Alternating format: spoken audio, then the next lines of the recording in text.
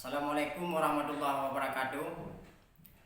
Kami tokoh masyarakat Kecamatan Bayabakung menghimbau kepada seluruh masyarakat untuk mengindahkan dan mematuhi himbauan pemerintah dan maklumat Polri pada keramaian agar terhindar dari terjangkitnya virus corona yang sangat menakutkan, yang selama ini bukan hanya di Indonesia, bahkan di tanah suci Mekah pun sudah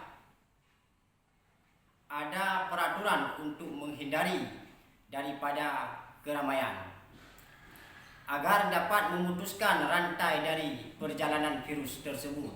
Maka kami mohon kepada seluruh masyarakat kiranya untuk mematuhi peraturan yang telah ditetapkan oleh pemerintah demi kebaikan kita bersama. Wassalamualaikum warahmatullahi wabarakatuh.